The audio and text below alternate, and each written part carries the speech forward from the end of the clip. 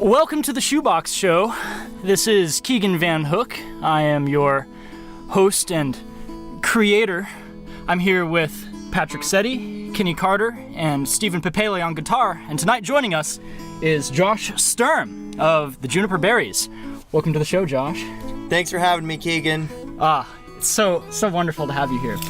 So, dropping the campiness. How are we all? Doing good. Doing good. How are you, gentlemen? Underslept. But that's kind of how it is here, though. I'm certainly doing it. Doing. Yep. You might have homework, but jeez. Steven, how about you? I'd say pretty good. Kind of had a slow start today, but late night out at the Black Sheep, going to see some shows last night. Yeah, I had work at 8:30 this morning after that, but not once did I regret it. So yeah, it was the Juniper Berries as well as Slow Corpse, and what was the other band last night? There was 4 bands actually. It was us, the Juniper Berries, Slow Corpse, Sleepy J, and Derek Dion and the Vaughns. Nice. The 4 bands in Ashland. The only 4. No, there's like exist. 6. There's like 6 that exist, but 4 of the 6. Right on. Which one's your favorite aside from, yourself, of course? Probably Slow Corpse, just because like I've seen them so many times. Yeah, I remember them at the Normal House, Yeah. Yeah. I remember they played. I saw their first show, which they don't consider. I'm glad this is going on record because officially their first show was at Brick Room and it was sold out. But I saw them play 6 months before that or something. No, it was like 2 months before that at a house show over on Lincoln Street on Halloween in like 2015, I think. That sounds familiar, but there's like these house shows I went to and I was fucking drunk as hell. Yeah. It was one of the, I always been like, someone's like, oh, Slow Corpse is playing at this and this place or something, Sick. Yeah, I'll be there, and then pre-game a shit ton with like people. And you're like, I remember like one song. Yeah, totally. Well, I just remember they always play bangers. Like their music, it was always like, literally headbanging music. You'd always be there and there's people up in front like borderline moshing, like it's really good vibes.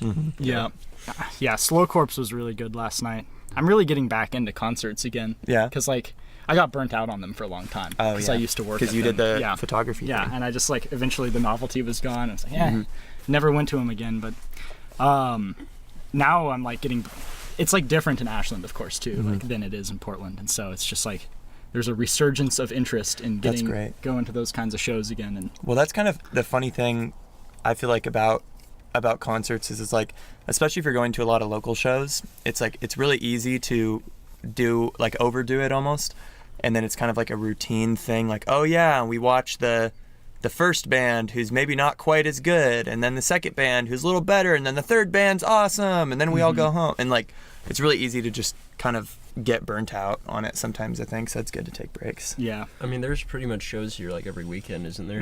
They do like open mic nights at Overons and stuff like that, right? And there's that on Tuesdays. They do stuff at Black Sheep too, right? Yeah. They have an open mic too. And then Black Sheep doesn't do as many like regular, like bigger actual shows.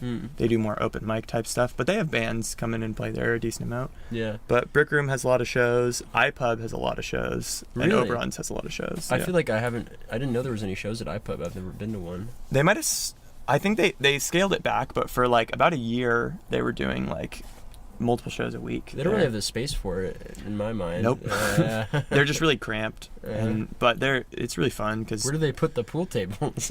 No, the band sets up right in, like when you walk in, and to the left there's that kind of raised area where there's usually tables. Okay. They move those out of the way, and a band sets up, and they cart out this like ancient PA that's just horrible, and the band plays like really fucking loud. And have you played in there before? Yeah, we've played there a couple times. What's your favorite venue to play in? In Ashland? Yeah, in Ashland. Probably, or Medford too, if you want to consider that. It would probably be Brick Room by a hair. I really like the vibe in Black Sheep because it's like last night was different because there were so many bands, but and I think people kind of got worn out, especially by the end from all the music. But Black Sheep's really cool because it feels like a house show more, because it's like there's not a stage and there's not like and like the PA sucks, and like so you just kind of got to make do, which I'm all about that. Yeah. I really like that. But Brick Room is better because they have a better sound system and everything too, and it's a little more like, I don't know, It's highbrow. It's or professional. whatever. Yeah. Which sometimes I don't like that as much, but yeah. Well, I like the more intimate environment where I'm up front and I literally could reach out and like grab one of your guys' guitars. Yeah, you can just touch it. Yeah, totally. Yeah, like it's really cool. You know, you get to see people like really concentrating and stuff. You know, you get to feel the energy more. You know, like big concerts, you're kind of like pushing people around and stuff. People don't give a fuck about you and shit like that. You know, I don't like getting elbowed. You know, that will fucking drop my mood if I'm at like a concert. And it's, you know, unless you're there and you sign up for the mosh pit. If you sit there and you get fucking elbowed by someone, like on accident or on purpose, it fucking hurts, and you're like, oh my god, like why am I? Or the worst this? is like there will be like one drunk guy who's just going way too hard, and everyone else is like, dude, this is an acoustic show, or like this is chill, and there's one guy big circle around this guy, God, just, like thrashing around, spilling his beer on people. Yeah, well, why is it the people that are like fucking drunk at like shows, they always have a drink in their hand? You know, it's because and they're spilling it, drinking more. Yeah, because you can't separate yourself from a drink when you're at that level. Yeah. You know, they're like, I gotta have this in my hand. Yeah, you're drinking for my a reason. Safety blanket. Yeah. Yeah, Black Sheep was a good intimate space. I just loved watching like when bands were switching off, just everybody like hauling their gear like from like somewhere, you know, from outside basically. God, like you guys came in with your keyboard, just like hauling it through the crowd. Pardon me, excuse me, sorry. Yeah, watch out. Sorry. It's just really funny, like absolutely no backstage area. Yeah, no, that I love that though. That's like, I mean, it's a huge pain in the ass, but that's like, I don't know. I wish that bigger shows were more like that. Like, I want to see a show where like a huge band plays, but there's no stage, and like they have to do that. Like, I think that's such a cool, like, part of playing shows is being like, okay, like we got to move our gear through everyone, and it's kind of like this weird, like everyone can see the struggle of how difficult this is to like, you know, set up all this shit and cart it around, and I don't know. For sure. It creates a more personal experience. Yeah, and it's just kind of funny too. It's fun it really is. like, especially if anyone's drunk too. You know? Like, oh man. I really like how at Black Sheep all the bartenders are younger too. You know, you're not really dealing with like a lot, like the older crowd at all, or at least at the beginning of the night. But then it thins out. It's all people our age, and that was a lot nicer. You know. That's newer too. For a while, like our first show at Black Sheep was like, God, I don't even know. I think that was in like this last summer. I think maybe in like August or something. But that was before they had that many shows. And so it was like mostly old people for the whole time, and then, or like older, and then it slowly kind of has transitioned into being more of a young person's thing. It seems like most people have turned 21, you know, that would go to those kind of shows in this area. They weren't 21 yet, you know. Like, well, Black Sheep is all ages to 11. Yeah, but like you're not. It's still like you're not gonna go to the bar, you know, and not be able to drink. It's kind of it's not as much of a fun environment, you know. Yeah. If you have to sneak in a drink to the bar. Yeah, it seems like this area kind of goes through phases where it's like a bunch of people kind of like get really into going to things, and there's like, a whole bunch of stuff going on, and then like it drops for a while. It's like those people leave, and then you have to wait for like another crowd to come in to like age into it. Recycles the interest basically, and like gets back into doing like shows and stuff. Yeah, that's totally a thing. Ashland's so weird because it really is like that way where it'll have these high points that are like really great, and then it'll just have these lows, which I feel like we're just starting to come out of one of those lows right now. It makes you doubt like why you're here, you know, when like there's nothing going on at all. Like it's like unique almost because it's literally nothing. Like it's like you go on Facebook events and it's like, what the fuck? Like there's nothing going on. It's like there's a silent disco in the park, but like I'm not gonna go to that. Yeah, no, like, or it's like event at the hot springs or something like that. I've never made it out to one of those. Retreat. God, come get naked, enjoy some music. Come see 60. We're gonna bathe in the pond in Lithia Park naked. God, no, it's funny. That's like, it takes like, it's like cultural endurance or something to live in Ashland, because it's like, I've always thought that about Southern Oregon, that it's like there's not very much that goes on, but then sometimes there is, and then everyone's like, oh my God, and it just is like the most like the coolest event ever. Like a couple years ago when there was like a bigger house show scene around here, it was like there wasn't, and I think that's gonna start coming back. I hope so this too, year. man. I've heard of a couple people doing shows. I actually went to the old Normal House where they do the shows and stuff like that, and it's owned by someone completely different now. It's like the old, like some footballers or something like that. It's really, it's like I went there and they had a party. It's like it was that's so weird, funny. Dude. Yeah. Because right there where they had where all the bands would be, there's couches and stuff. So it's like way different. Like it's. I was like, God, this doesn't feel right, man. Like I miss the live music. I know those Normal street shows were very cool. Legendary, dude. Yeah. Yeah, those were really fun. I miss that. There was a period too where there was like 3 spots doing shows. There was Normal Street, and then we were doing shows at this place called Rehab over on Walker. Oh, I remember Rehab. And then, yeah. And then Kyle over on Lincoln Street was doing more of the Funk Factory shows. I don't think I ever went to those. So. They didn't have as many. I mean, those still go on every once in a while, but there weren't as many.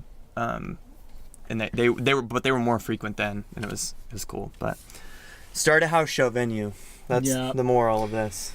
If I had a bigger place, I would be interested for sure. You could have all the band set up here. Oh my God. Acoustic. I would if I could really like make something out of like yeah, we're gonna pack like a bunch of people into like a really small space. Yeah, we're gonna fit like 10 people in there. It's gonna be crazy. It's like can't really do anything too insane. This right here is about as insane as it gets in this house. This is pretty insane. This is off the wall, dude. We're in a box. Yeah.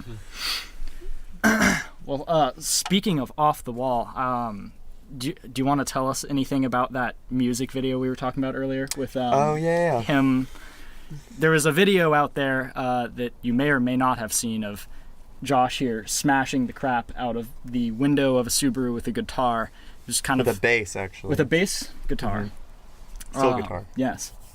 Yeah, so that we're making a music video for this new song that we have that'll be coming out soon, our Nascent music video. That is being filmed by our friend Kyle Simpson. And so our drummer John, he has this old Subaru.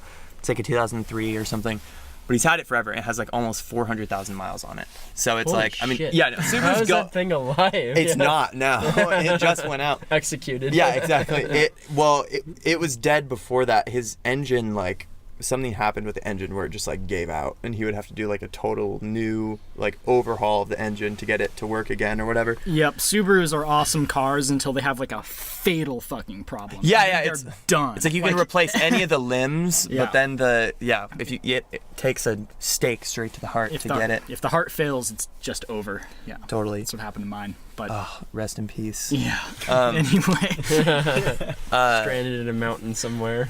Well, now it's like a flattened piece of. It's probably hopefully been recycled into more useful tools for the continuation of humanity. Did you scrap it? I got $75 for it. God.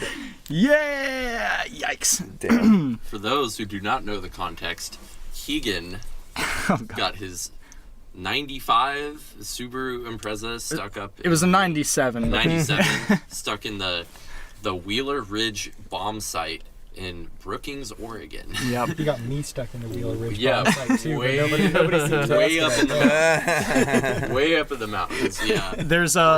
There's a documentary, an award-winning documentary. I forgot about that. Yeah, I got the Southern Oregon Television Award for that one. Hell yeah.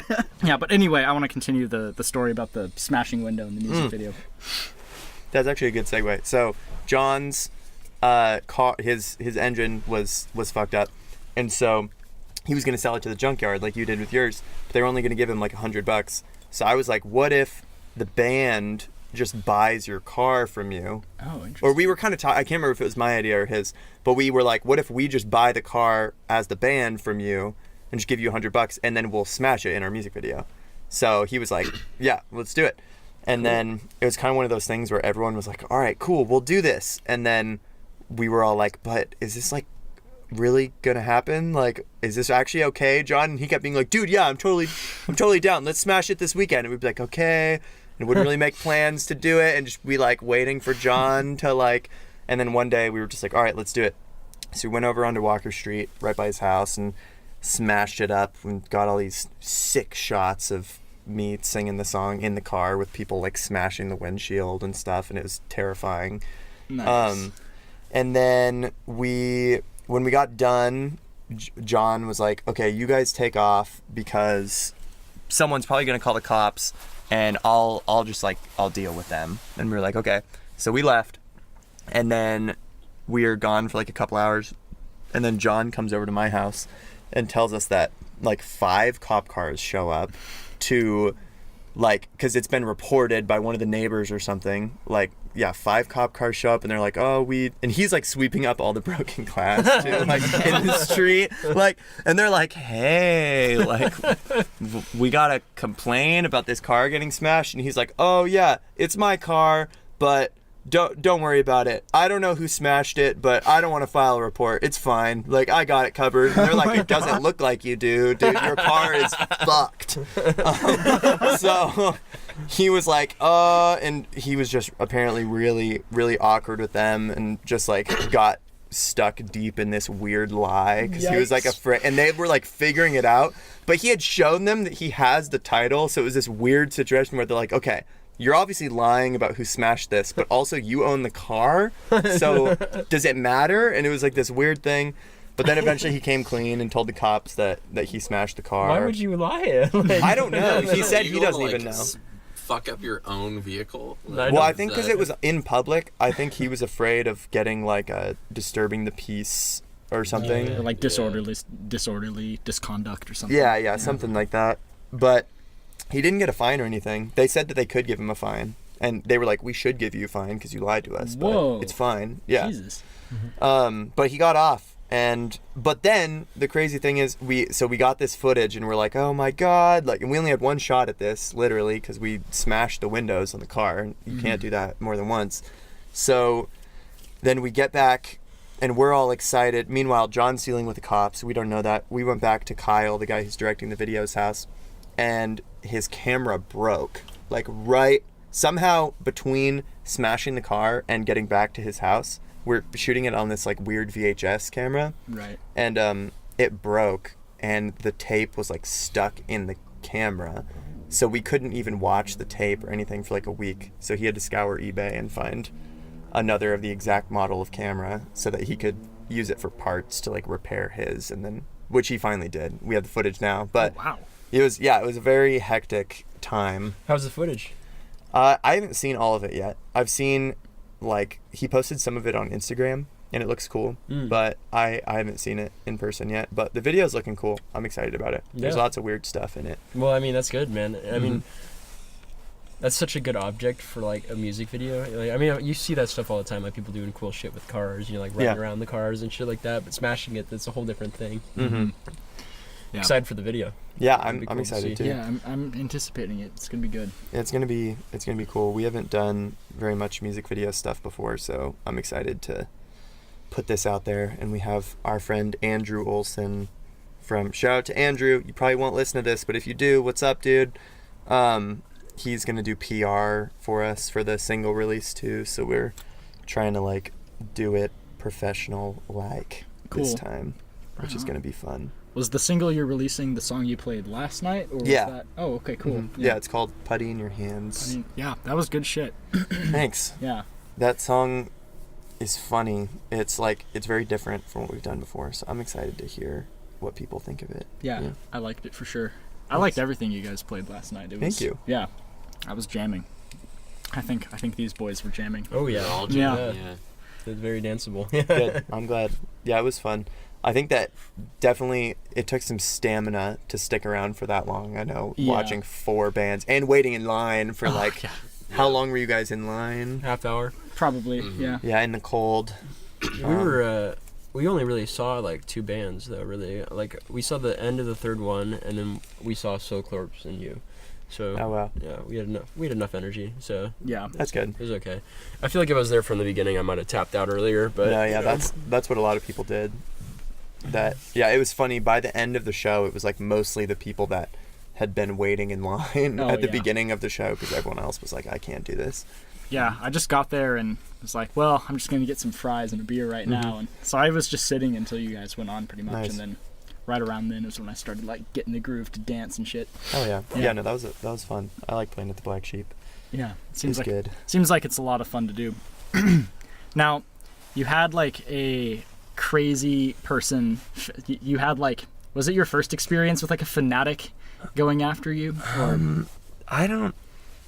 There's always like any band that has ever played multiple consecutive shows in a city probably has this experience where there's like a handful. In Ashland, there's like maybe 2 or 3 of these guys, but I feel like every town has them, where there's these guys that just are like really like they've like done too much acid or something, or they just like drink too much, and they go out and like every band they see they're just fall in love with, and they're like, oh my god, and then start to come to all your shows, and they're like these crazy guys. Was that guy in the front with the sunglasses? Do you know who that was? There was someone who was trying to give sunglasses to like all the bands and stuff like that. Oh my like, god, put it on no, their I didn't face see and that. stuff like that. Like, whoa. He was like, Was it the guy dressed like the Pope? Oh, There was literally a guy there last night that was wearing like a full like papal, like he had wow. it was like a Pope uniform. I did not see that. He was guy. in the back when I saw him, but he was there for like an hour and then left. It was weird. no, yeah, but this guy, he was like coming up and touching people up front. I don't know if I thought he maybe knew these people, but I was like he's being weirdly personal with all these bands. Like, it's like really up in their space. I could never do that. Like, It's really rude, you know? Like, it's like, I don't know, these people are trying to concentrate, and this guy's like kind of fucking with them, you know? Like, Yeah. I know That it's like, sucks. he wants to be a part of it, you know, and be involved, but it's like, I don't know, man. I feel like if the person's not super friendly, it'll make them uncomfortable, you know? Yeah. Especially if they're trying to concentrate. For yeah, sure. 'cause you gotta go into like it's like a different world when you're performing. Kind It's of. like you're in a different state of reality. Yeah, it's weird. It's like, luckily for me, it's like I have a lot that I have to focus on, so it's really easy to psych yourself out, I think, and I don't know, it's a weird thing, but if you enjoy it, then it's hopefully just a fun place to be. I don't know. Yeah. You ever see people in the crowd, like, have you ever had a moment where someone's doing something in a crowd that totally takes away your, like, focus? Oh my like, god! where it's some almost crazy every shit. show at some point, like at we played at Brick Room on Tuesday, and there was this like, often it's like drunk guys being shitty to women in the crowd and like harassing them or whatever. And on Tuesday, I don't know if this guy actually was being shitty or not. It seemed like he was. It might have been like his wife, and they were just messing around, or I don't know. He's just being a creep, you know? But this guy and this girl got into this weird tiff in the front row, and I thought maybe it was like, you know, a bad situation. And anytime something like that happens, it's like, God, dude, Like, just don't fuck ruin it, off. yeah. Like, just get out of here. Don't do this. Have you seen videos of? I think it was the Foo Fighters that I saw most recently. Like their lead singer, like got up and he saw some like thing like that happening in the front. He like stopped in the middle of a song. He was like, "Stop!" Like That's awesome. like called him out and everything. Yeah, it was a pretty dramatic video. Yeah, you're in that position where you really could, you know, and it's just a matter of like, how do I even like initiate that? Dude, I'd be afraid to start like violence by doing that though, you know, like if you're at a show and everyone's drunk and you tell me like, what the fuck are you doing, man, or some shit, like that could start a fight. Right. You know? Well, the like, thing too is though, like I think especially if you're like the singer or whatever, you have a certain amount of like A, responsibility to call someone out, I think, and B, like you're like most of the time most of the people are looking at you, so you've already won over these people to like if they're out to see your band play, they care. then they care about what you have to say, at least to some extent. So if you're like, hey, fuck that guy, then most people, except for that guy, are gonna be like, okay, fuck this guy, and like get him out of there. But yeah, that sucks when that happens, but it happens. Yeah, sorry, this is gonna be like unnecessarily dragging the Foo Fighters through the mud. But have you heard about the Foo Fighters and their links to AIDS denialism? What? No. This sounds very podcast worthy. Okay. Can we please? Okay, I don't wanna hear I don't this. remember the full details, but I know for a very long time they had like a link on their website that linked to like books about how AIDS wasn't real and how it's the medicine that kills you. What? What do you mean on their website? Like on their official website. I don't remember the exact details. It's something you might just have to look up.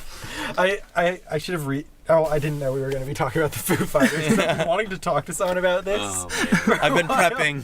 Yeah. Where it's just like, there's like an AIDS denialist documentary where like the person who like that was interviewed in the documentary at some point or other had her book being promoted on the Foo Fighters website. Oh my God. What the hell? Which is really weird. That's odd. It makes you wonder who put that on the website. Yeah, because they've never talked. Like everything I've heard about the Foo Fighters is like so nice, and that's the only part of their image that like doesn't add up. That's so odd. Yeah, that's really weird. They just don't believe in AIDS. I'm gonna feel bad if this ends up like if I just sorry. if I'm misremembering something. I'll have to look it up later, or I can look it up now and not be caught in a lie. It's okay. It isn't a news podcast, so yeah. Anyway, back to your story, I guess. I don't really have much to add to. I don't have much to add to mine either. People stop being dicks at shows. I guess anyone that hears this, don't be a dick at a show ever. Don't be an asshole. Don't be a fucking Please? dick. Yeah, you fucking pricks. Just never be an asshole ever, please. Yeah. And respect women. Yeah. Yeah. Not just at shows. At all over. All times. Wherever you are, please just respect people. For Christ's sake, please. In any case, what was the next thing I had? How is it when strangers approach you on the street that act like know you when they know you from the shows and they like? Oh, that's. Do you care? Or you usually like try to talk to them, or are you just like? Yeah, I'll talk to them because it's like I've been in that like position where there's like. Usually it's not with like a local band, but with like a bigger band or something where you see someone or even just like someone you admire or whatever that you like look up to for whatever reason. It's a kind perspective. Yeah. It's I don't know. Sometimes it's weird. It's been happening more, but it doesn't happen like every day. Do they know your name or you that guy? Okay. Sometimes or oftentimes they're just like they point at you and they give you this look and they're like, "You're the Juniper Berries, right?" I'm like, "Well, my name's Josh."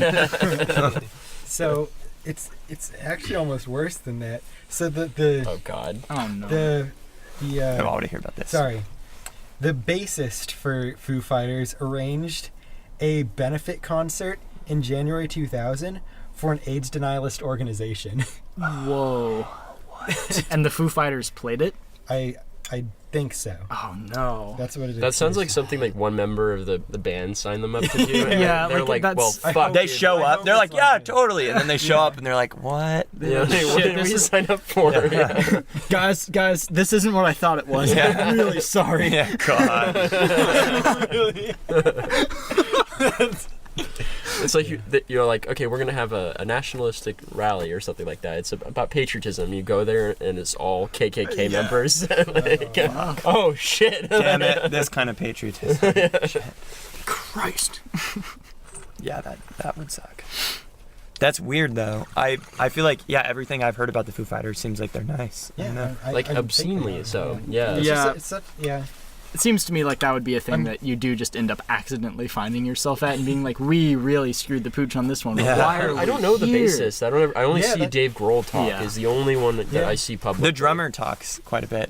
Matt Cameron. Okay. Yeah. He does a decent amount of stuff too. It's usually on the internet. You see like the interviews, Dave Grohl or something like that. Yeah. So, totally. Yeah. It also is that just like famous bands, like certain members of those bands always end up doing something weird. Like with Yoko Ono? like with Fleetwood Mac, the one guy who joined the Children of God. Really? It's like the child raping cult. Fleetwood Wait, Mac, what? Oh yeah, dude. I don't know. What's the Children of God? The Children of God is this like crazy free love cult, but it got edgy as shit. Oh, okay. Yeah. Some next level shit. Just some like that's next weird. level kind I of mean, it's stuff. like 70s shit, like where some of the groups just went a little weird. Yeah. Like past, like natural weird, just like insanity. Yeah. Too far in one direction. Yeah. Well, it's like the Rajneesh, like Right. I think how do there's you a pronounce point. it? Yeah, I think Rajneesh. Yeah, where like some of it was fine, but other parts of it were just really fucked up. Yeah. Yeah. I think there was a point in time when like joining cults was like the cool like new like thing to do, joining this little like community and like building this little community, and now it's like, oh, this is what this becomes, like, pretty consistently. Yeah, it always leads to the same thing. I always have, we talk about it here all the time, starting a commune, and I'm always thinking like, yeah, like starting a commune, it would be great. It'd be so easy, you know, we do all these things and like it wouldn't get weird, it wouldn't be like a cult, but then at the same time, like, history is not on my side. Yeah. I think it would probably be really nice for like a month or so. Like, it would just be like, wow, this is like fucking awesome, and then it would just like start to like. Well, but think about like, have you ever been with like a group of like 7 or 8 people trying to decide like where to get food? Like, no, a commune would 3. not work. Yeah. Like, think about that. Yeah. Like, but a commune has like, you know, hundreds of people, but everyone has to agree on like minute details of their life. Like, what are we all gonna wear? There's one person that's weirdly controlling. Yeah, Right. Which is usually where it goes, and Yeah. it reaches those people's ego, and they take it to this whole nother level. You know, I feel like you have to, if you do something like that, you have to be separated from it. But like, if you're making it like religious in nature, and like, it's really hard to separate that like mental part. It seems like the way to go is something akin to Burning Man or something like that, where you do it for a week. Yeah, it's just like, a short time. Right, like Burning Man is straight up like it would be cult behavior if they did it like permanently, but because it's just a festival and it's just for a week, it's like acceptable, it's normal, Totally. everyone, like, you know, overall people are like safe, stay healthy, nothing fucked up happens like on a large scale. You know, things are just like relatively chill and predictable at Burning Man, and like the event keeps happening year after year and everyone loves it. But if you start like a permanent commune and get everybody to come out and just like, we're just gonna do Burning Man forever, like, it's going to fall into anarchy and despair and like super fucked upness really rather quickly. So yeah, I've thought about that, like maybe if we just did it for like a month at a time. Dude, I went on month on, month off. I went on a camping trip like this summer, and it was with my old friends and his dad had his friends there, and I forget this guy's name, but he used to work at Burning Man 20 years ago. He's like this old weed farmer. Nice. And so he was working with the water supply though, so they had like these huge gallon jugs and stuff like that, so they had like an excess, of course, just in case. And he'd trade the shit for like acid and drugs. Yeah, that's like the whole thing. Yeah, but someone said he'd give him what was it, like 7,000 tabs if he'd spike the water supply with acid. Oh my god. Did he do it? No, he didn't do Okay, it. Yeah, good. because that's like how you. I was gonna say, if he did, I'm not going to burn it. No, yeah. Well, this is the kind of thing where he was like, you know, I did think about it, because back then, like, just a shit ton of acid is worth so much money. Like, he was like, fuck, man, that's like, you know, it's millions, like, or it could be if he did it right, you know. Damn. That's crazy. But that would have been like a remembered point in history if he'd Burning get Man caught, you know. And, Well, yeah, obviously. To be fair, probably most of those people are already on acid anyway, so. I feel like the worst thing that can happen to you when you're on acid is having too much acid, but like extra. Yeah. Like if you're already on it. And then more It added. doesn't stack well. Yikes. Yeah, it's just longer. You're like, okay, I think this is going to be over soon. I'm going up again. You're not like thinking, I need a refresher on this. Yeah.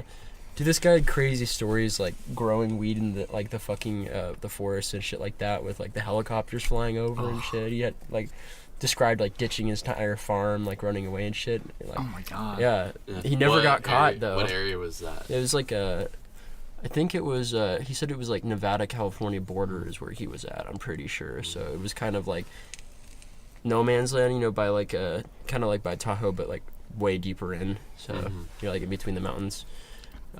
Doing the thing where they hoisted up into the trees. Man, I didn't ask him about the details and everything, but like he definitely described like just there'd be like the helicopters all the time. You know, it's like right when the drug war started and shit. Damn. So, well, not right when, but when they were hard on it. Yeah. I can't believe how different it is from now, dude. Like that was like 30, 40 years ago, you know. We're living in 30 such years. a cognitively liberated time right now. Yeah. Yeah. Just in terms of like what you're allowed to do to your own brain, it's like Yeah. it's opened up, like the freedom is there. You can go exploring inside your own consciousness as much as you want. Like crazy stuff. It can just be like things that a lot of people just had no access to in the past are like suddenly you can just like play with them. Go for it. Go for it. Explore those like weird areas of the universe that lie within, you know. Ooh. You ever done any psychedelics? Oh yeah, for sure. Killer. It's been a while, but you know, it's like one of those things. I always feel like I've done mushrooms like a bunch, and I always like come away from it and I'm like the first couple times are like, holy shit, like this is amazing. This is amazing. Beauty, and like that was so difficult but so beautiful, and like it really opens you up. But then I feel like it's like you can't, after that it's just like, I don't know, like it seems like I've learned the lessons that I needed to learn or whatever. That's kind of the exact point and now it's like just reiteration, and maybe I'll need a refresher at some point, but like it seems like, okay, I kind of Were you taking like eighths at a time and stuff like that? I think I did an eighth a couple times. Most of it has been like half an eighth. Like I would split an eighth with someone else. But I first did mushrooms when I was pretty young actually, and did a whole eighth, and that was like pretty insane. Yeah, I was still in high school. Good or bad, insane. It was good. It was definitely good. But it was like one of those things where I was like with my friends and like threw my phone into like the bushes and like ran away, and I was like the asshole, but then later was like, oh my god, I saw so many things, you guys.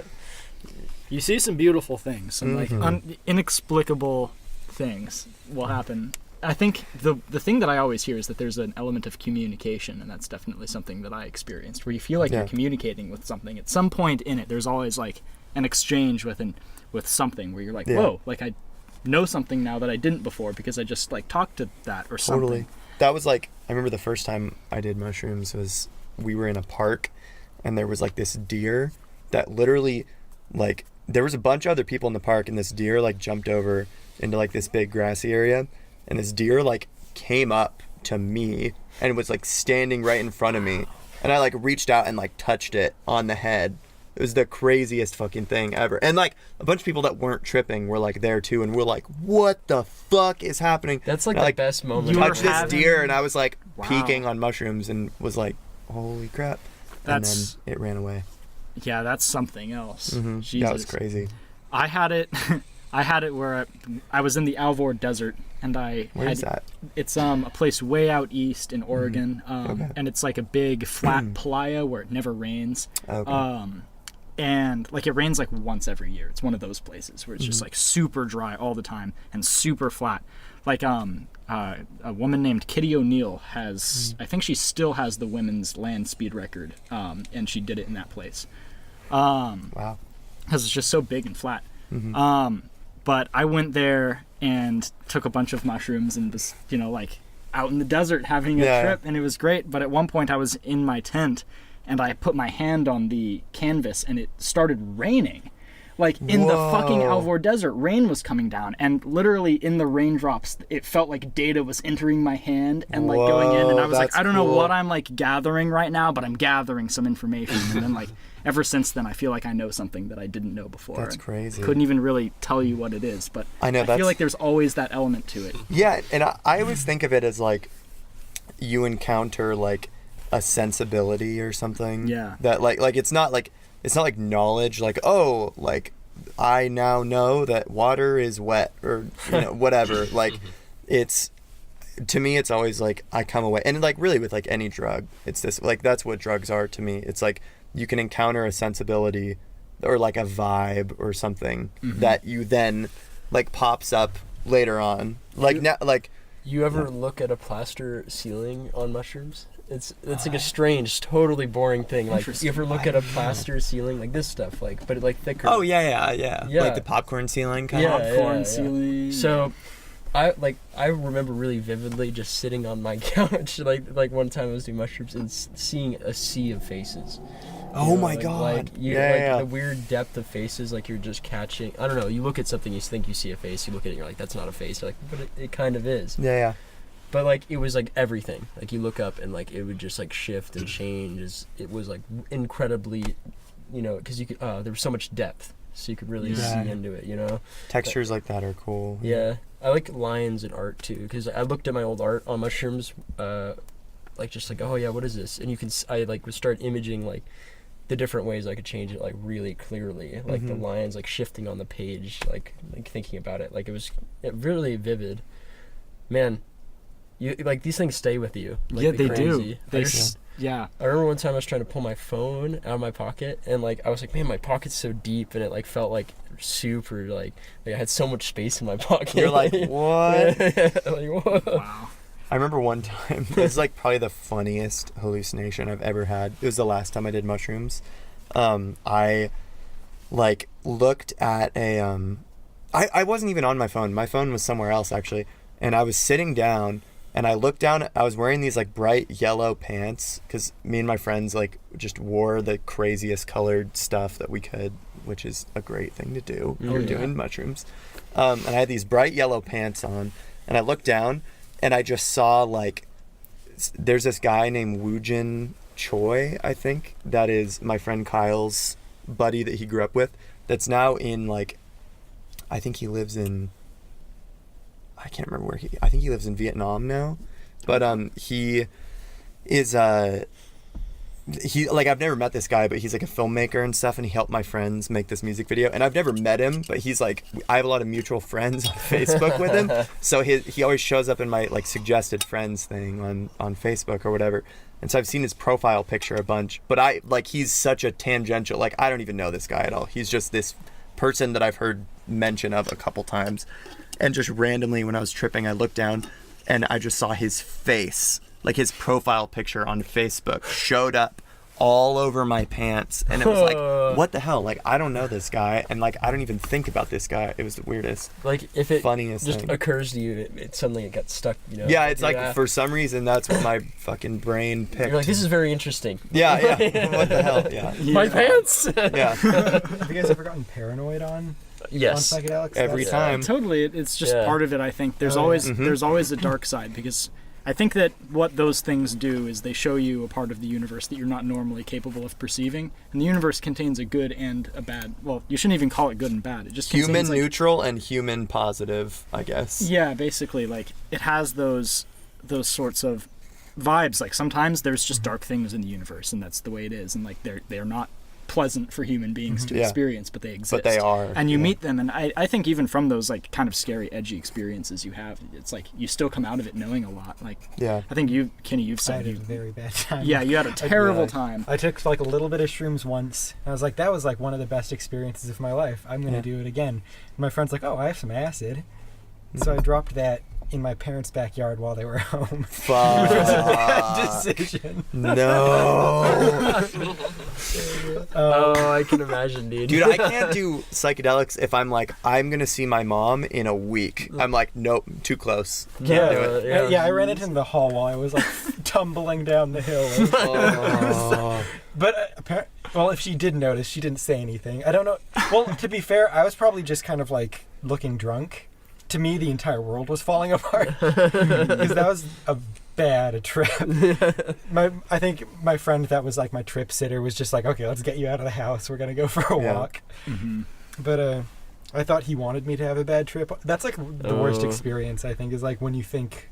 Well, actually, I've only had like 2 experiences on shrooms, so I don't know what the worst experience is. That was the worst I felt, was me thinking my like really good friend had wanted me to have a bad trip because that's what my paranoia was saying, even though I like consciously knew it wasn't true. Yeah, there can be a lot of because the thing is he was just sitting there, like I think he was like smoking a blunt or something, or he's like vaping, and I'm like, look at him sitting there smugly. There can be a lot of really like, if you're with other people and they're like throwing any kind of like vibe, even if it isn't like actually what they're doing, if you just accidentally pick up on something, you can paranoidly go so deep into the conspiracy about what they are thinking, and it's the weirdest thing to get stuck on, and like that's happened to me. Here's the thing though, if you have any like brothers or sisters, I would suggest, I don't know if doing acid with them or doing acid around them, but I had my brother there with me, and having like ego death while talking to like a family member is super interesting. Like where you like lose the connection to them and they're just sort of like a person. That was something that was really interesting to me. I wouldn't do that with your parents. No, that would be bad.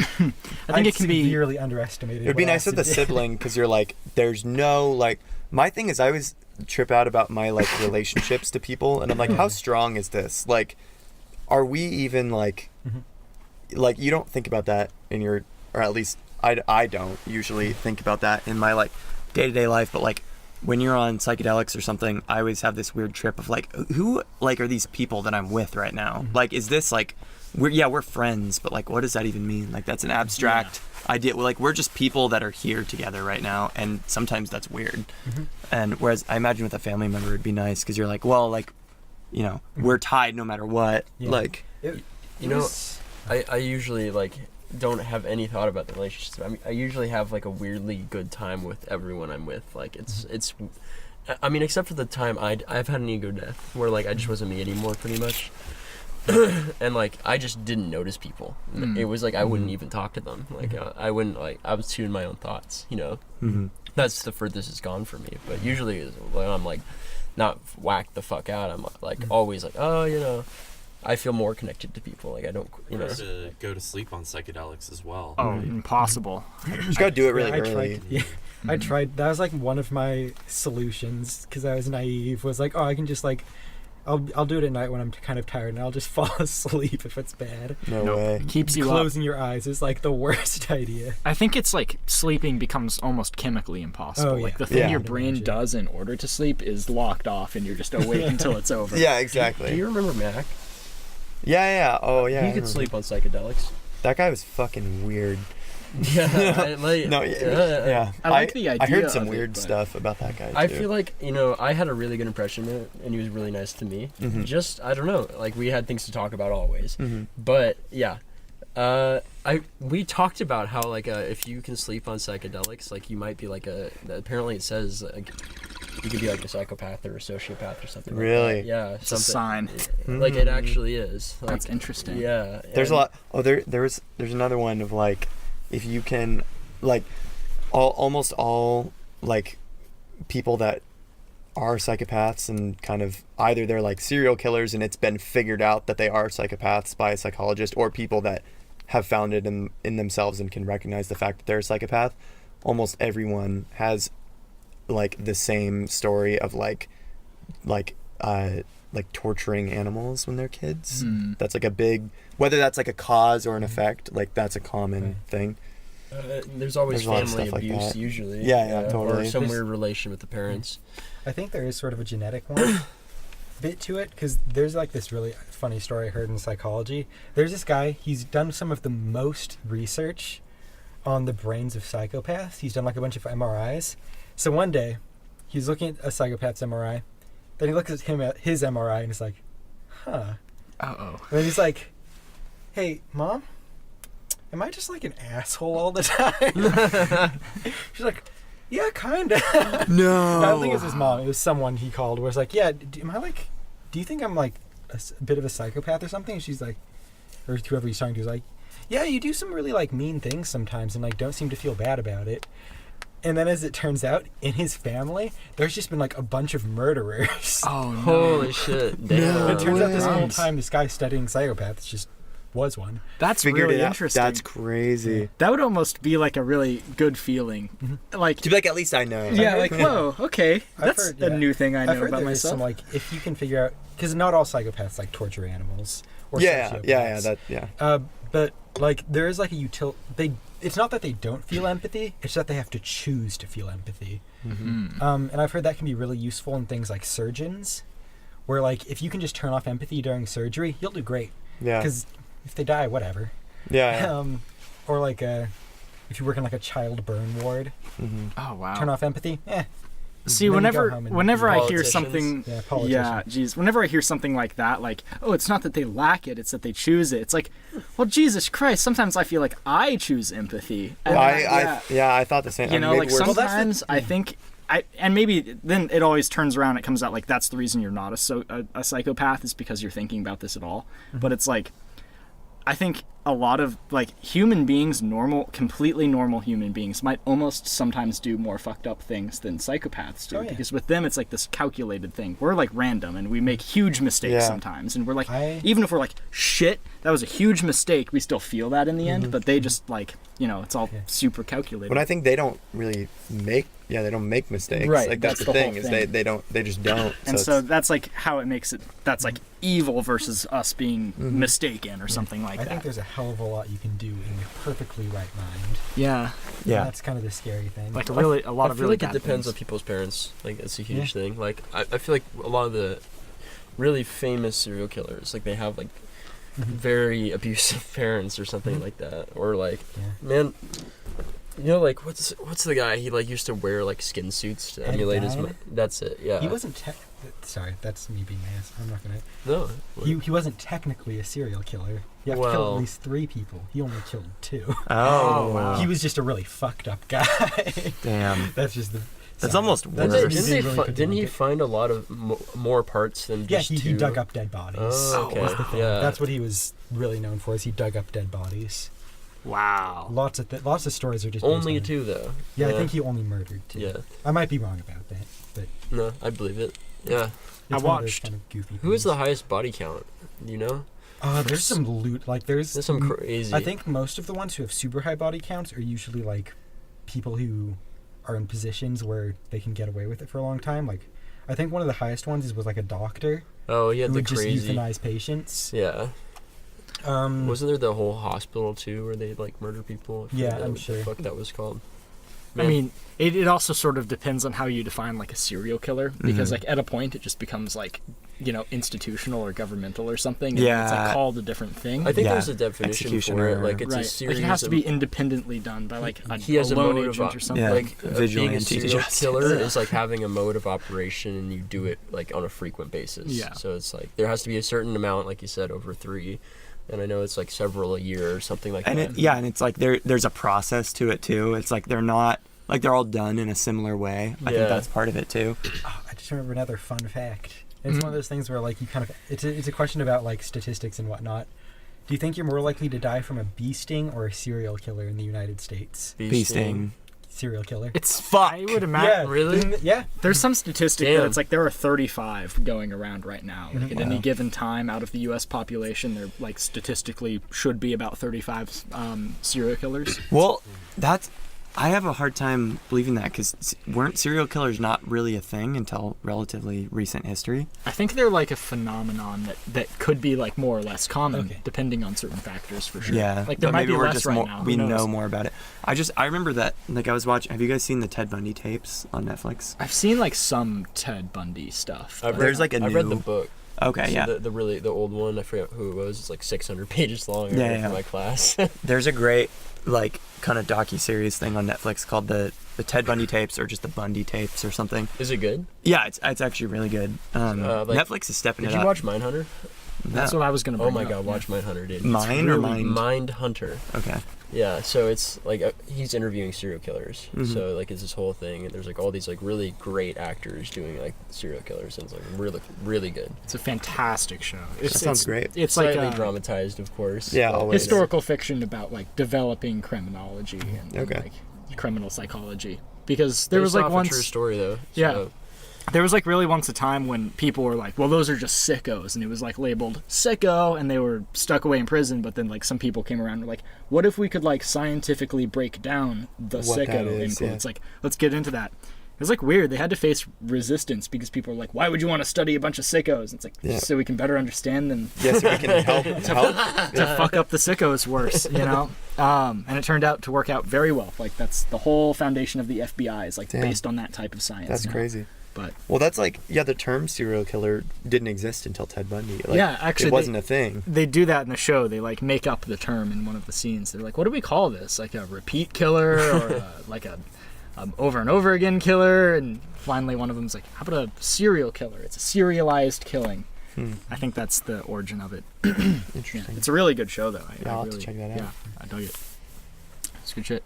I have to slip out. Oh, real quick. Kenny's- Not real quick. I have to slip out for good today. Kenny's gotta go. Well, I was gonna just suggest we do some music if Josh is down.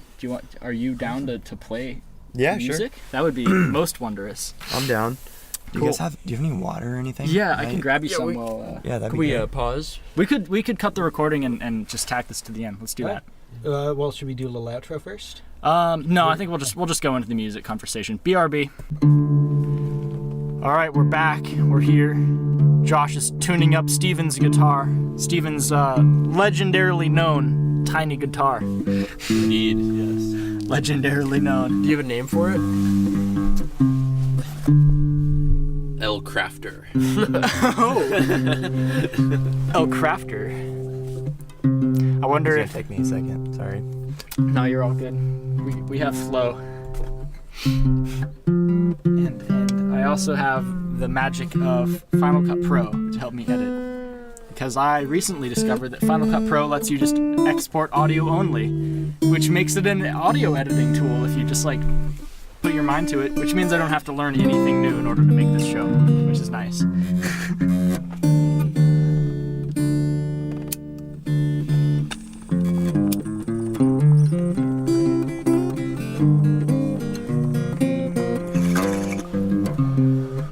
Whatever that little riff was, that's my favorite song currently.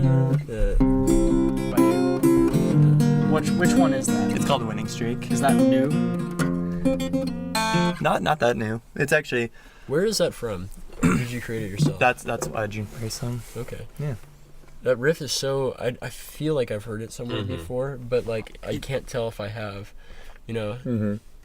I mean, if you have, then it's unbeknownst to me. Yeah, no.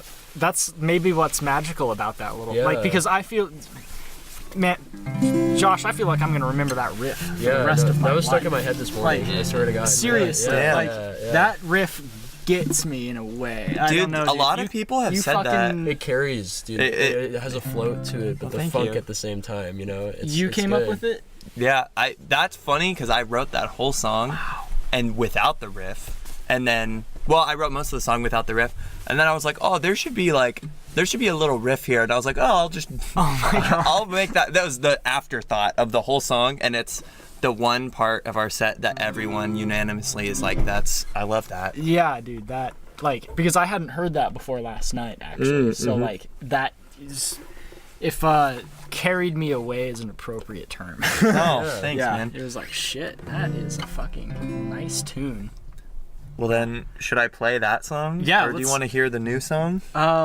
Let's do both if you're down. All right, yeah, I'm down. I'm not really worried about a time constraint at this point. When did you start playing guitar?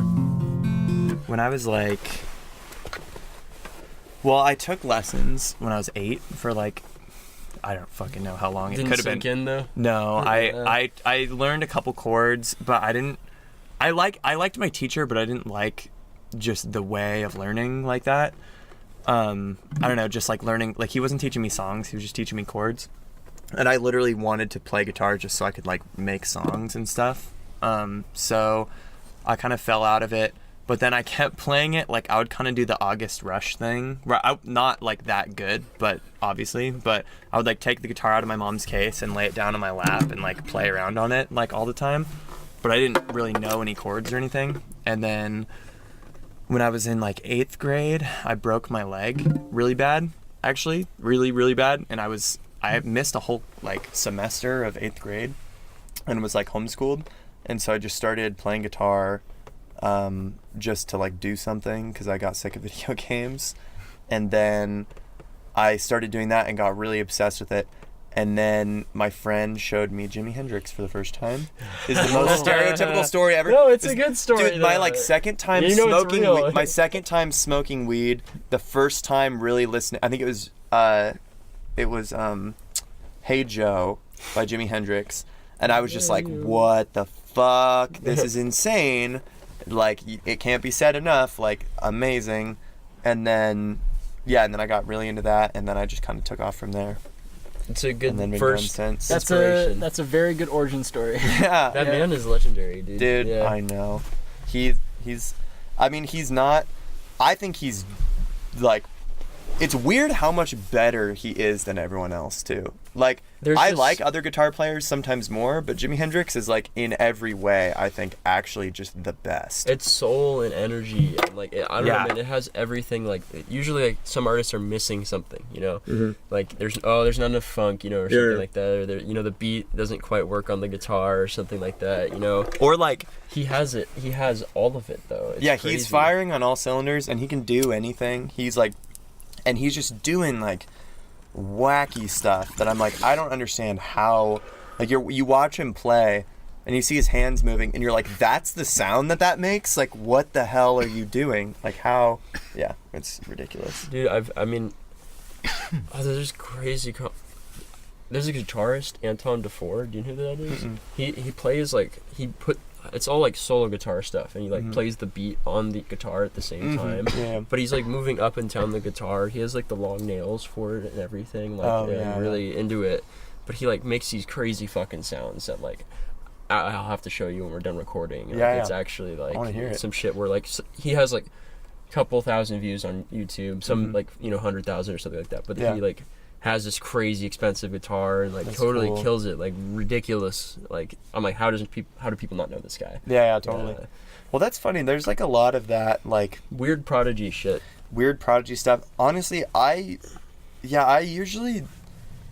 That stuff's funny because it's like really impressive, but I feel like it's really hard to make it not like a gimmick. Like it often to me comes across as like, well, like, yeah, you can do that. Just like, like someone can shred, but it's like, I don't want to listen to you shred. Like I'll watch you, like it's impressive to see, but like if I remove that element, is it still impressive? And that's always the thing that, I don't know, sticks with me. Yeah, well, he has a good sound, but it's not like, I don't think it's the best music ever, but from a technical perspective, it's really fascinating to watch. Totally, because like this it's like a performative thing. Yeah, well, he does the whole video, and you see his hands the entire video, and it's like, okay, just the way the man moves his pinky, and all the small things, like where you're like, wait, he went from there to there, and then like somehow managed to hit the guitar at the same time and then play it like super like. No, yeah, it's like, how are you doing all that? I feel like there's a few of those guitar players that utilize the guitar in that way, because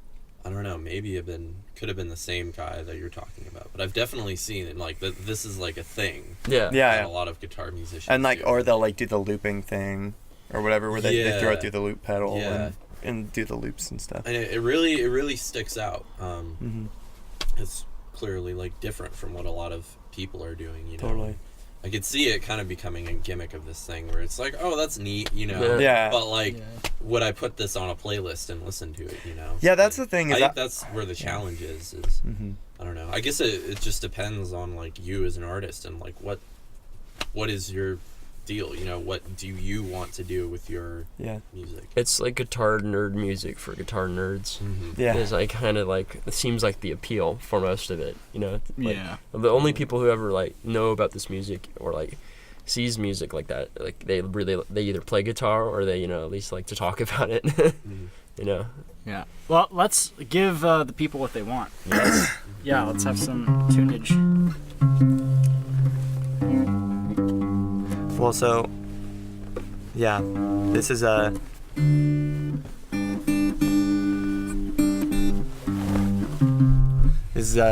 Juniper Berry's song that, I don't know if we got it on air, quote unquote, but they saw us play at Black Sheep last night and liked this song, so I'm gonna play this. This is Winning Streak.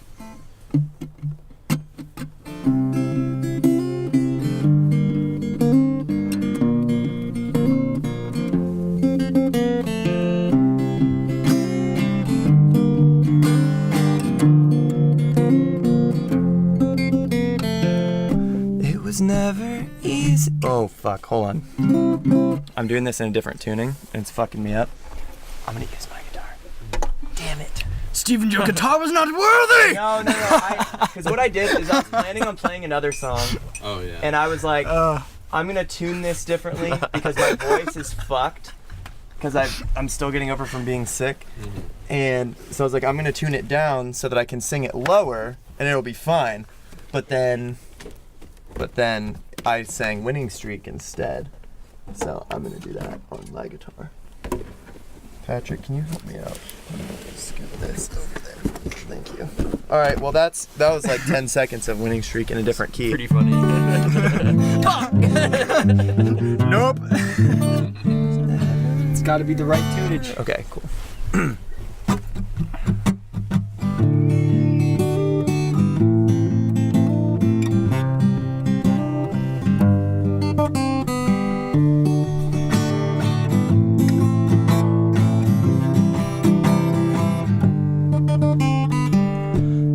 never easy being close to you, but we could always strike a truce.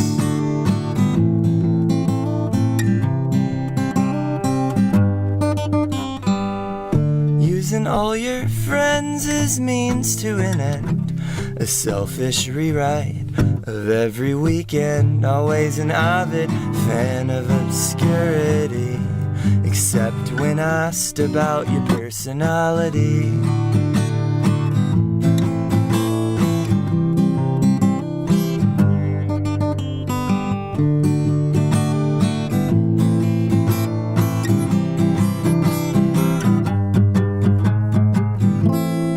I hope you're different now. Nobody put up with anything else anyhow. Illuminate the world in selfish light, a control freak on a winning streak.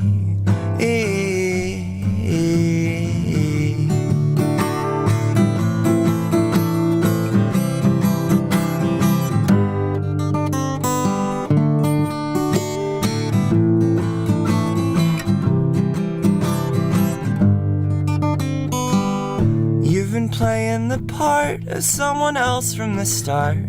You couldn't really call that acting art.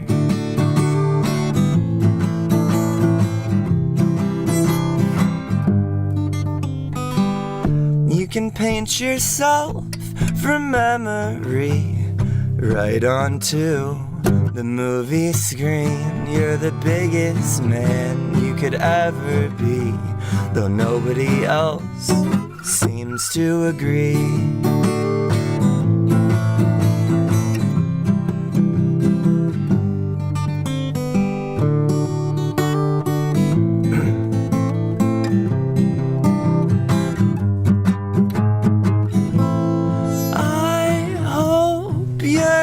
Different now. Nobody put up with anything else anyhow. Illuminate the world in selfish light, a control freak on a winning streak.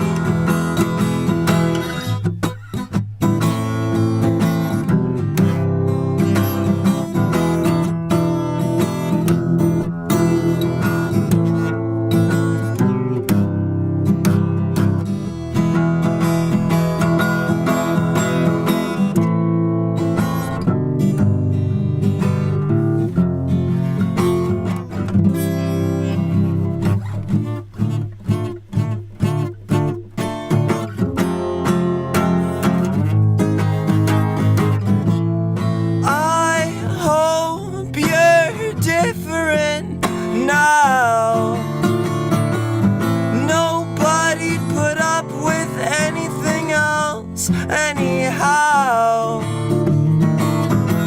illuminate the world in selfish light, a control freak on a winning streak.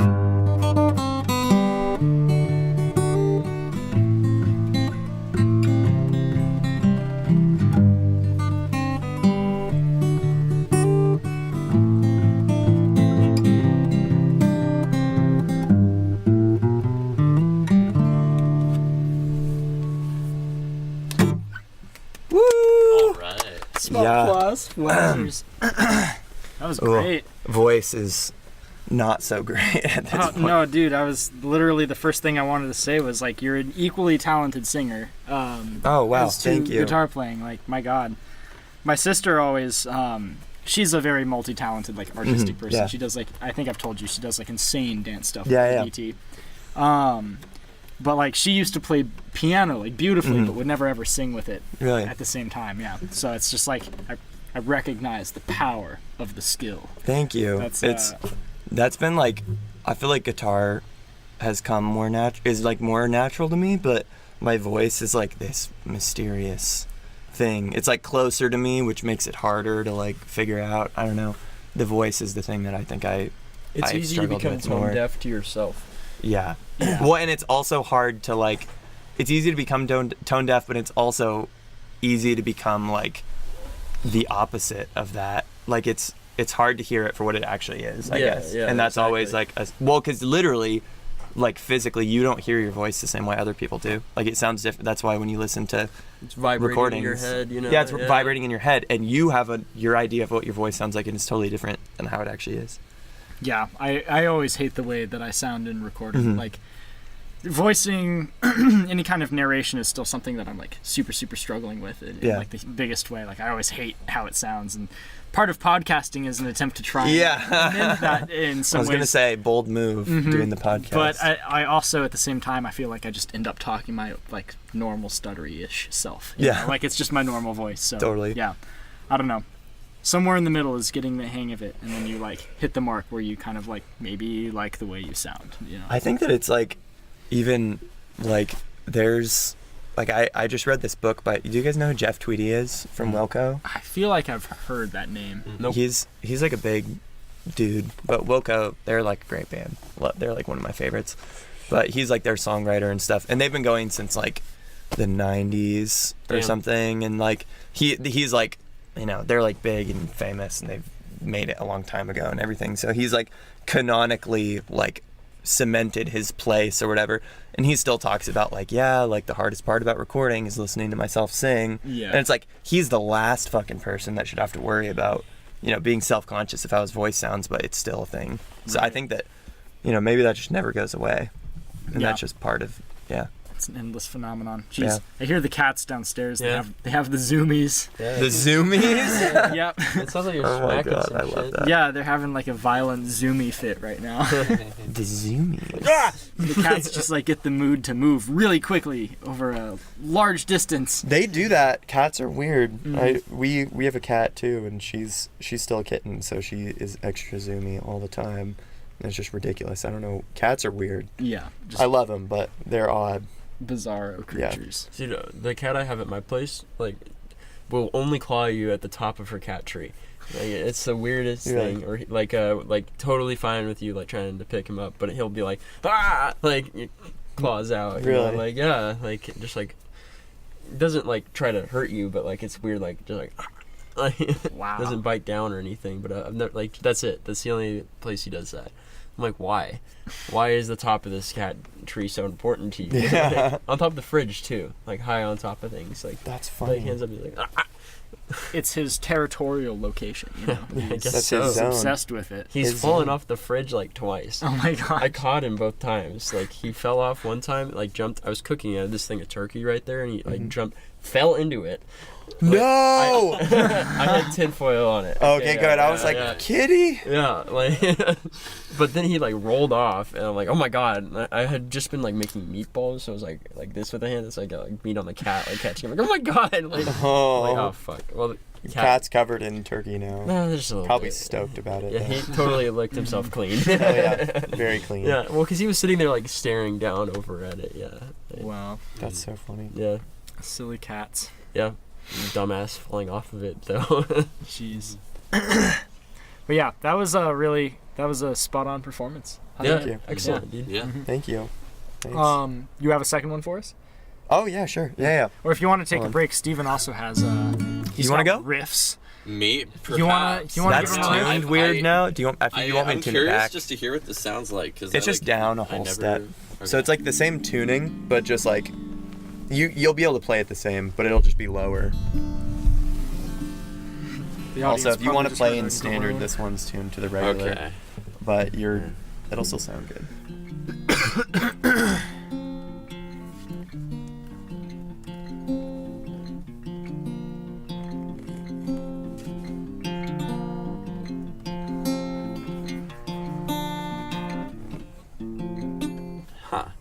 Yeah, that's it makes the interesting. strings a little like weird. Yeah. It can be tough. I can tune it back if you want. No, I really like actually like getting my guitar into a different tuning when I'm like, okay, let's see what this sounds like, and just playing what I normally would play otherwise, and I'm Gives just it a like, whole wow, different it just spin. sounds different, you know. It's like yeah, a whole like, different key will give it like a different emotion and Yeah. pace and like. Yeah. maybe I could play Blackbird. I'd be curious to hear Oh, what there that you go. sounds like. Yeah, and like I have trouble like singing while playing, so if like any of you know the lyrics, feel free to I do just not know the full lyrics. I don't know chime the in. lyrics either. For what Yeah. song? Blackbird. Blackbird by the Beatles. Oh no, yeah, Very no. very like I wish I knew typical, it. stereotypical Beatles Here, let me song. Google Paul McCartney singing I also Blackbird play audio it. only. Also play it very sacrilegiously. I don't do the little special like finger like flick / like pick thing that he does, which is like insane to me. Yeah. But yeah, it's yeah.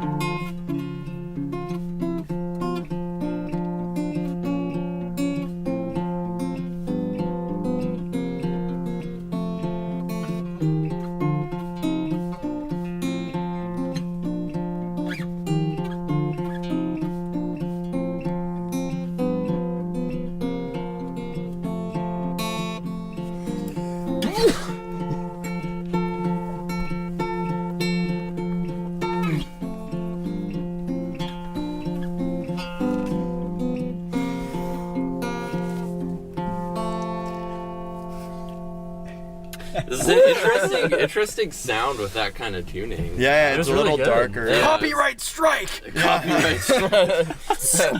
FBI comes in. Copyright claim. Paul McCartney himself comes in. Yeah, that's funny. This is What have kind you of done with my music? sacrilege? Oh my Yeah. god.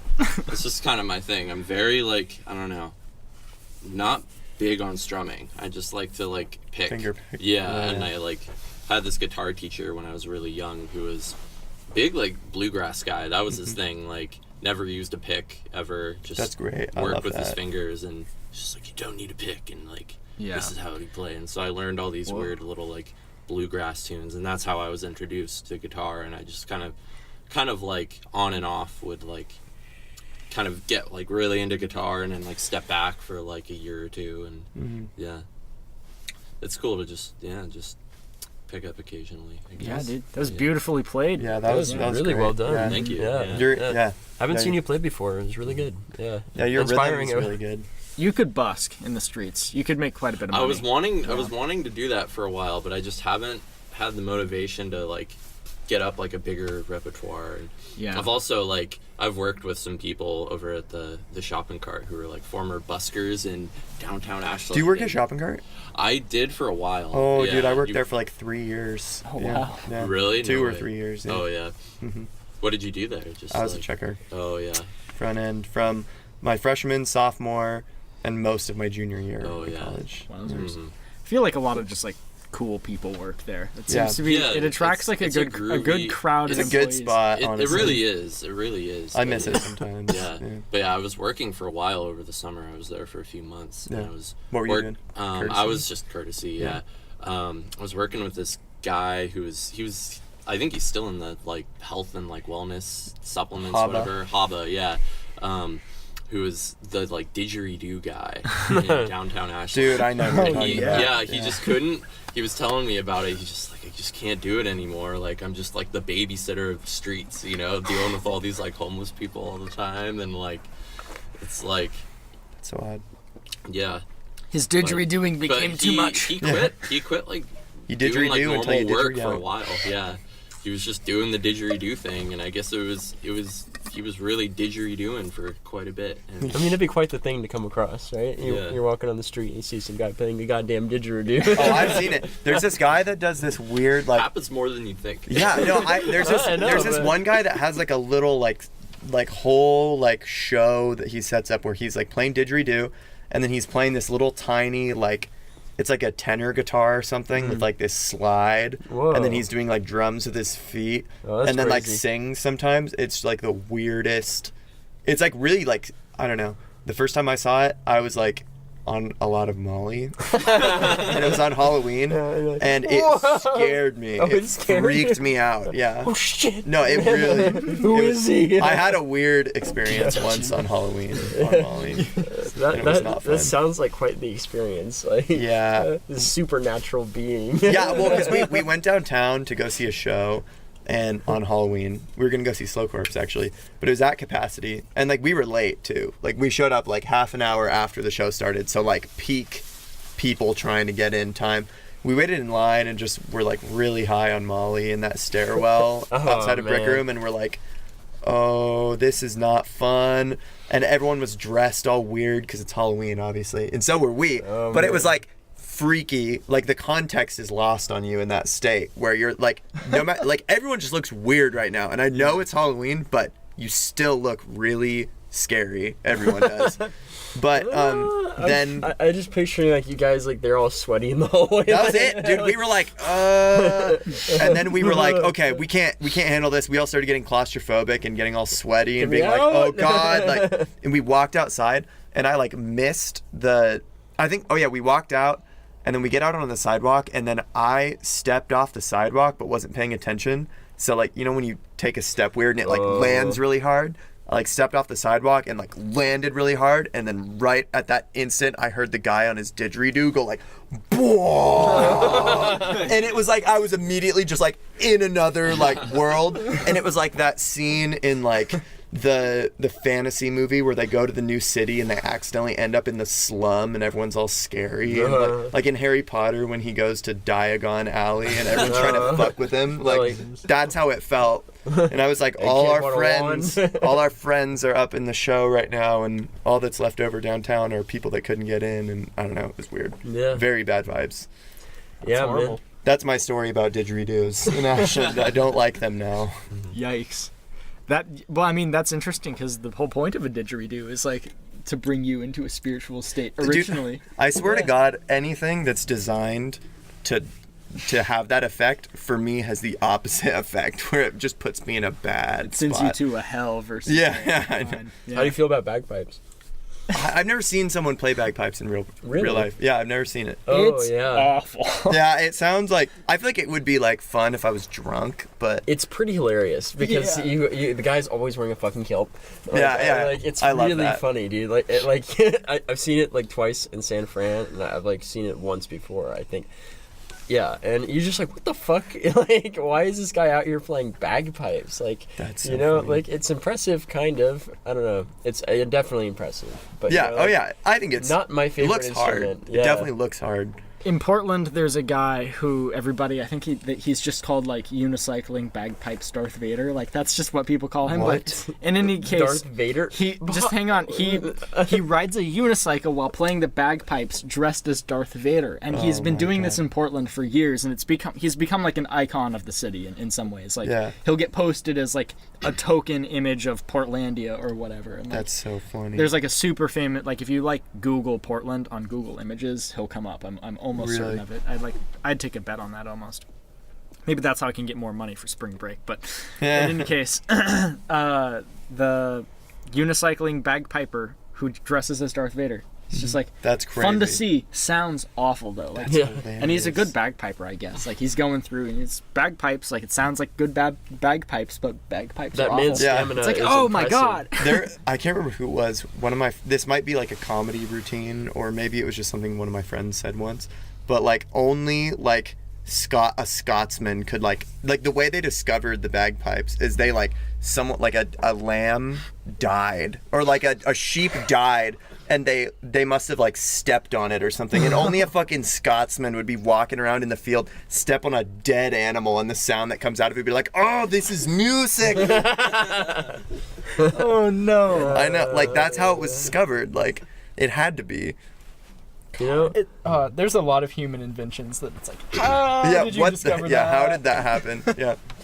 Like eating all kinds, like in Japan they have certain dishes that rely on like fish that are otherwise extremely poisonous for you unless prepared a very specific way. Yeah. It's like it must be cooked for 6.5 hours at this specific temperature. Yeah. Any more or less, it will still be deadly toxic. Stuff like that. It's like, how'd you find that out? Who bestowed that knowledge to you? I know. You could just eat this fish if you did that one specific ass thing. I feel like it must have Trial and error, man. either So trial many and error, people. or I think maybe it was one of those things where they started to understand that like, okay, this is the poison that does this, and we know that poison scientifically is neutralized under these circumstances. So I think it had to be something like that. Yeah. Because I can't imagine someone's like, cook it for 6 hours and 1 minute, 6 hours and 2 minutes, 6 hours and 3 minutes. What really trips me out, I guess kind of going back to psychedelics, is looking at how they like make ayahuasca and things like that. Like how would they know to combine all these different plants? Isn't ayahuasca just the isn't it just like is it a root or something? that's DMT. Yeah. Isn't it just one thing, or is it a combination? I thought DMT came from frogs, that you take It a can. specific toad and you rub it on glass. It comes from a lot of things. Yeah. Okay. You can synthesize it according to Hamilton's pharmacopoeia. You can synthesize it out of almost anything, but like anything living, it exists inside of. But some things have more of it than others. It's like inside all of our bodies, and people it's what your dreams basically rely on. It's the sort of leading theory that like that's what kind of like feeds your dreams. Well, boys, this wouldn't be a podcast if we didn't talk about DMT. We got at it. least Yeah, once. no, dude. Ever do DMT? Yeah, I know. Well, do we want to Film. do another song? You down? Oh yeah, Alright. yeah, I'm down. Cool. Can I have a drink of your water? Yeah. Is that water? Where the Vodka. Thank you. Can't do that. Surprise! Keegan, why didn't you tell him? I haven't drank real water for years. Yeah, I'm.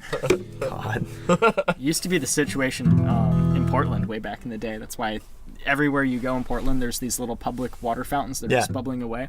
It's because way back in the day, nobody would drink water in Portland. They would just like drink alcohol because they were super worried about the water being poisonous. or How full of long ago bacteria. was this? This was like back in the early days of Portland, so that would put it at like 1850s-ish. Okay. I'm gonna Yeah. sort of educated guess. 1800s, yeah. But the water was like super poisonous, so people were just drinking like alcohol all the time, and alcoholism was rampant. And so this one guy, whose last name was Benson, I only remember that because it's called a Benson bubbler, but he was like, I'm gonna fix the alcoholism problem by Wow. installing public drinking fountains with clean water. That's Yeah. hilarious. Oh, someone's angry out there. Something's going on. Fucking The trailer asshole! park. Yeah.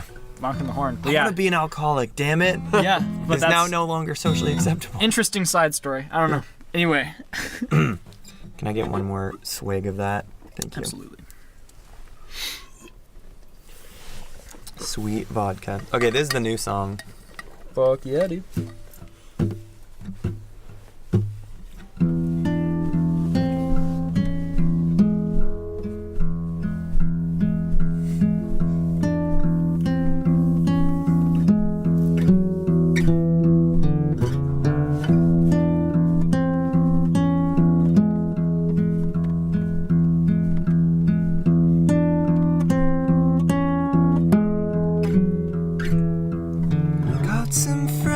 friends coming over you want me to meet. They'll be in and out of town in under a week. Oh, oh, oh, oh, oh, it'll be. Oh, I don't know if I can do this one. I lied. Let me try it with the lower guitar, the one that's tuned differently. I'm still getting over being sick. Sorry, podcasters, you gotta wait. Nah, it's all about the raw experience. The raw experience, I know. It's the raw experience.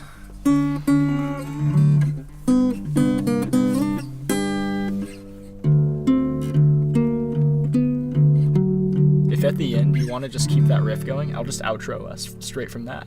Yeah? Yeah, I think that might be a good way to do it. Yeah, I can just play it. I don't actually know if I can do another song, to be honest. Oh, yeah? The voice is pretty bad. That's fair. Maybe, but I'll play the riff if you want that to be in it. Let's do it. Yeah. Cool. I'll just outro us and then we can go Cool. through it and then we'll cut. Sweet. All right. You want me to go for it? Yeah, Okay. let's jam.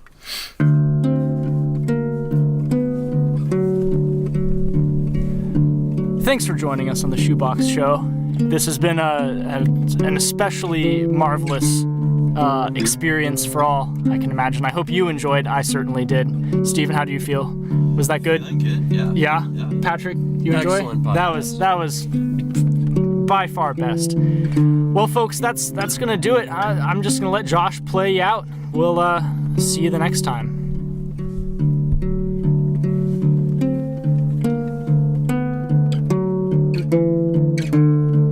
Oh, and thanks for being here, by the way, Josh. No problem. Anytime.